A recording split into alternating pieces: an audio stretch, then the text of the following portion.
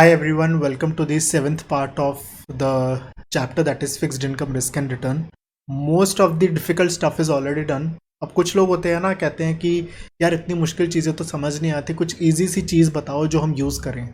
मतलब इन practical life let's say somebody introduce the term duration क्या होता है, ये क्या होता है, वो क्या होता है, and there are some people कहते हैं यार हमें ना ये सब ड्यूरेशन की बातें समझ नहीं आती, हमें कुछ ना सिंपल सा बताओ. तो कुछ लोगों ने सिंपल चीज़ें बनाई है, अब हम उसकी बातें करने वाले हैं, राइट.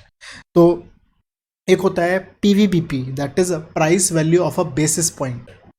ड्यूरेशन क्या बताता है, 1% चेंज होने पर पोर्टफोलियो या बॉन्ड कितने परसेंट चेंज होगा. पीवीबीपी कहता है 0.01% अगर बॉन्ड का प्राइस, अगर इंटरेस्ट रेट चेंज होगा तो बॉन्ड कितने परसेंट नहीं, बॉन्ड कितने रुपीज या डॉलर में बढ़ेगा या गिरेगा. Number one thing which distinguishes between duration and PVBP, duration कहता है 1% चेंज, पीवीबीपी कहता है 0.01% चेंज. और ड्यूरेशन आपको बताता है कितना परसेंटेज प्राइस बढ़ेगा या गिरेगा, ये आपको बताता है कितने डॉलर में प्राइस बढ़ेगा या गिरेगा. Everything is same and if you apply common sense आप बहुत ही इजीली इसका निकाल सकते हैं. अगर बॉन्ड का एमडी 7% है तो उस केस में पीवीबीपी कितना हुआ, मतलब कि 1% चेंज पे बॉन्ड 7% गिरेगा. तो बताइए 0.01% चेंज पे बॉन्ड कितना रुपीस गिरेगा. 980 का 7% इंटू 1/100. इफ वी कैलकुलेट, मैं कैलकुलेटर भी सामने निकाल रहा हूँ, 980 into 7% divide by 100. Divide by 100 क्यों, ताकि 1 बेसिस पॉइंट का आंसर आ जाए. अगर मैं पूछता कि 1% चेंज पे, अगर मैं पूछता कि 1% चेंज पे ये पोर्टफोलियो कितने रुपीस बढ़ेगा या गिरेगा, 980 इंटू 7%, लेकिन 980 इंटू 7% क्या है, 1% चेंज. अब मुझे 1 बेसिस पॉइंट चाहिए तो divide by 100, the answer is 0.686. दूसरा तरीका कैलकुलेट करने का, ऑल्दो ये कभी भी एग्जाम में नहीं करना चाहिए, जो इसको एग्जाम में करेगा उससे बड़ा स्टूपिड इंसान कोई नहीं है. I will tell you why. ये इक्वेशन दी हुई है P2 minus P1 divide by 2, मतलब ऑन एन एवरेज एक बेसिस पॉइंट ऊपर प्राइस कितना होगा, एक बेसिस पॉइंट नीचे प्राइस कितना होगा, एंड दोनों प्राइस का एवरेज ले लो. अरे भाई इतना छोटा प्राइस ले रहे हो, P2 P1 एवरेज कर रहे हो, इससे बढ़िया मैं एक सोल्यूशन आपको बताता हूँ क्या कर सकते हैं. आप 10%, आप पहले एक काम करिए, आप इस पर्टिकुलर बॉन्ड का प्राइस निकालिए. कैसे निकलेगा, इस पर्टिकुलर बॉन्ड का आप प्राइस निकालिए, कितना आ रहा है. मैं कैलकुलेट कर रहा हूँ, 1000 FV, 80 PMT, 10 I/Y, 5 N CPT PV. The answer comes to 924.18%. 924.18%. अब एक काम करिए, इसी मेथड से अब यहाँ पे 10 की जगह 10.01 लिख दीजिए, 10 की जगह 10.01 लिख दीजिए I/Y को, एंड कंप्यूट कीजिए PV. अब एक काम करिए, जो पहली वाली फिगर आई उसमें से दूसरी वाली फिगर को लेस कर दीजिए. रीज़न बताता हूँ. आपने 10% पे आपने निकाला, कितना आ रहा है चेंज, 10.01% पे निकाला, प्राइस कितना आ रहा है, तो दोनों का प्राइस डिफरेंस तो पीवीबीपी है.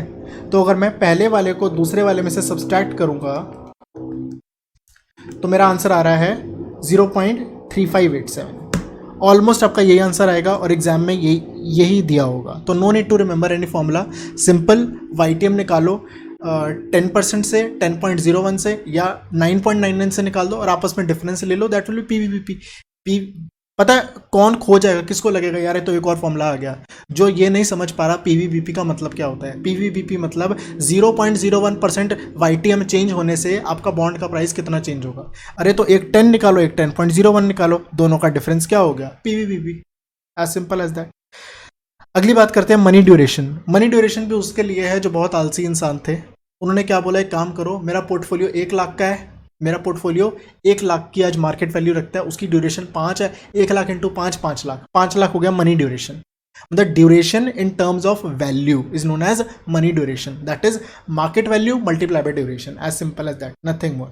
कभी कभी हो सकते हैं मनी ड्यूरेशन पर 100 फेस वैल्यू, तो ऑब्वियसली यहाँ पे हम कह सकते हैं कि डिवाइड मल्टीप्लाई करके हम पर 100 के हिसाब से, मतलब परसेंटेज टर्म्स में हम निकाल के दे सकते हैं. अगला कॉन्सेप्ट आता है convexity, which is very very important even from exam point of view and practically also. जब भी हम बात करते हैं बॉन्ड प्राइस की, जब भी इंटरेस्ट रेट गिरता है बॉन्ड प्राइस बढ़ता है, लेकिन जोर का, और गिरता है तो धीरे का, तो वो जोर और धीरे की बात is known as convexity. Options के केस में उसे हम गामा कहते हैं, ड्यूरेशन फिक्स्ड इनकम में बॉन्ड्स के केस में उसे हम कॉन्वेक्सिटी कहते हैं। ये एक्चुअली में आप स्पीड बताता है आपकी, किस स्पीड से आपका जो डेल्टा है, ऑप्शंस के केस में डेल्टा मूव कर रहा है, या फिर फिक्स्ड इनकम के केस में किस स्पीड से आपका ड्यूरेशन मूव कर रहा है।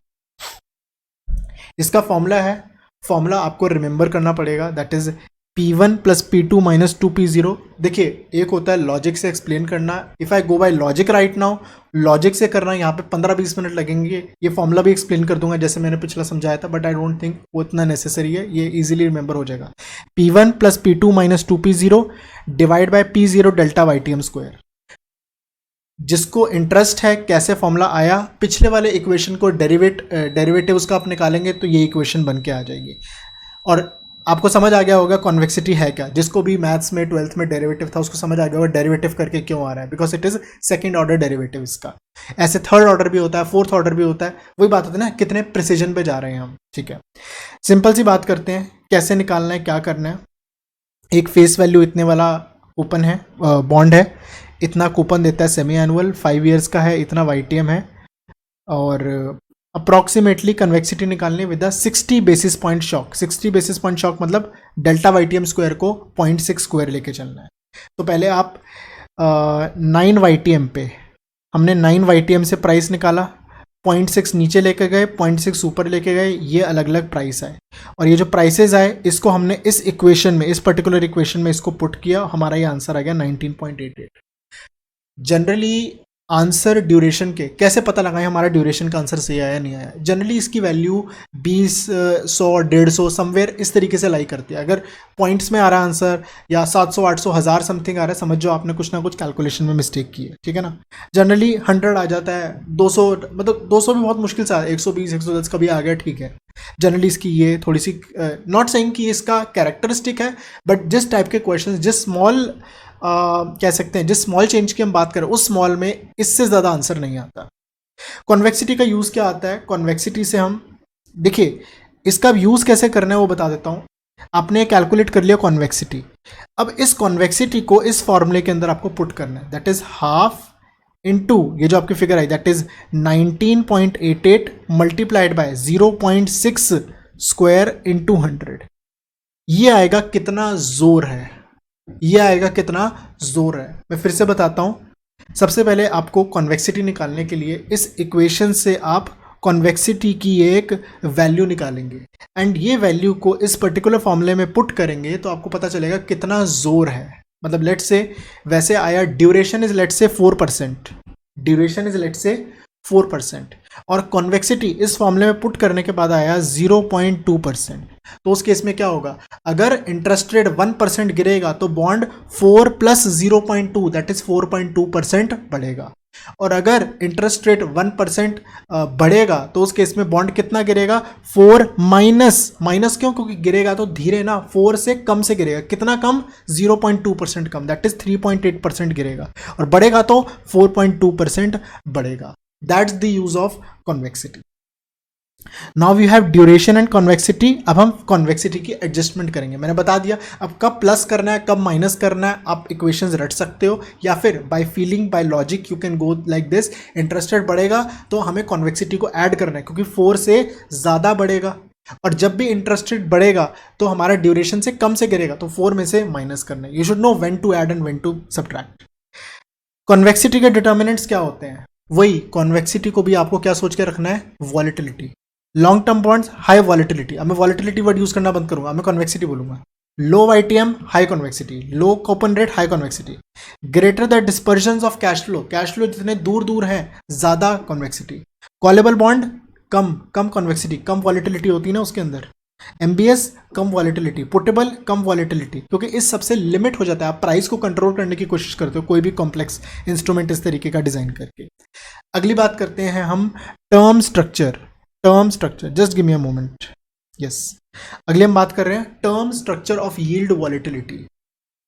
We know that term structure of a yield क्या होता है, स्पॉट रेट्स, जीरो कर्व का मतलब क्या होता है, स्पॉट रेट्स की बात कर रहा हूं। Coupon bearing yield curve, zero curve मतलब spot rate S1 S2 S3, coupon bearing bond मतलब कूपन बेरिंग बॉन्ड का स्पॉट कर्व, फॉरवर्ड कर्व मतलब फॉरवर्ड रेट्स का कर्व, पार कर्व मतलब पार रेट्स का कर्व.